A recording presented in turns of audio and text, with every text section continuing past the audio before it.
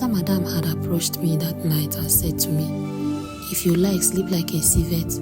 One day they will enter this room and rape you." That was exactly how she said it. This scared me so much that I cried all night.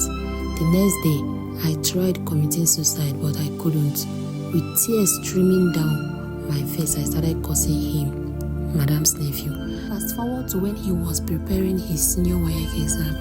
His school enforced a rule that all students must reside in this school hostel. So he went and lived in the school hostel, but he would come back home during the weekend or whenever he doesn't have exam to write. I was slightly relieved during the time he was staying in the school hostel because that week I had to deal with only Madame's husband. One weekend he returned home and later that night he entered my room as usual. This time he brought a Nokia phone with him to use the light to see. When he turned on the light, I woke up, started whispering, "I didn't touch you, I didn't touch you. I swear to God I didn't touch you. If I touched you, let me not pass my exam." He was moving backward as he was saying it and he was using his hand to find their door. Immediately he touched their door, he opened the door and entered their room and closed it. The following day, I reported to Madame and her husband about his presence in my room with a Nokia phone. They called him and he claimed that the phone belonged to a classmate who had given it to him. So they seized the phone from him and Madame's husband punished him with 12 strokes of cane on his bare back. Following the incident earlier that morning, Madame's husband had gone to market.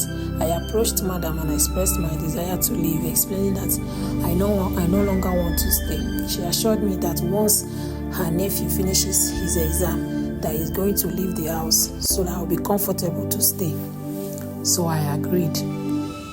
That night, the same guy showed up unexpectedly again. When he entered my room and noticed I was awake, he quickly ran out as usual. I decided to leave the next morning because I was already tired of the house.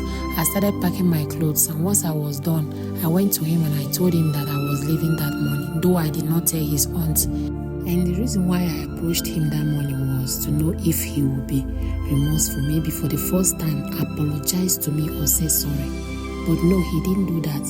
Rather, he tried to manipulate me to stay so that he can continue his harassment. But at that time, if God had came down from heaven and begged me to stay, I wouldn't listen because everything in that house was irritating me and I think that was the right time for me to leave. When I finished preparing for school, I took only my school bag with me. I left my clothing bag because I didn't want them to notice I was leaving. After school, I went straight to my uncle's shop. When I got there, I told him everything.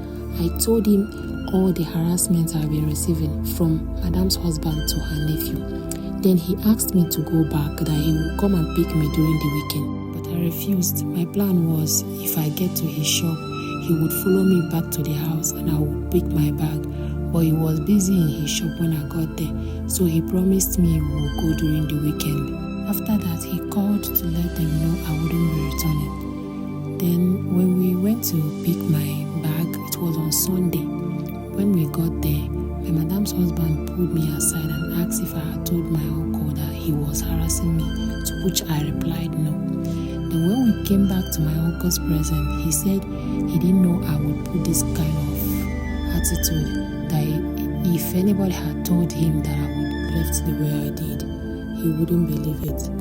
Madame then instructed me to go to the room and pick my bag, which I did, and that was how I left that house. When I got to my uncle's house, his wife's wickedness was nothing to write home about. I started missing the house I worked as housemaid.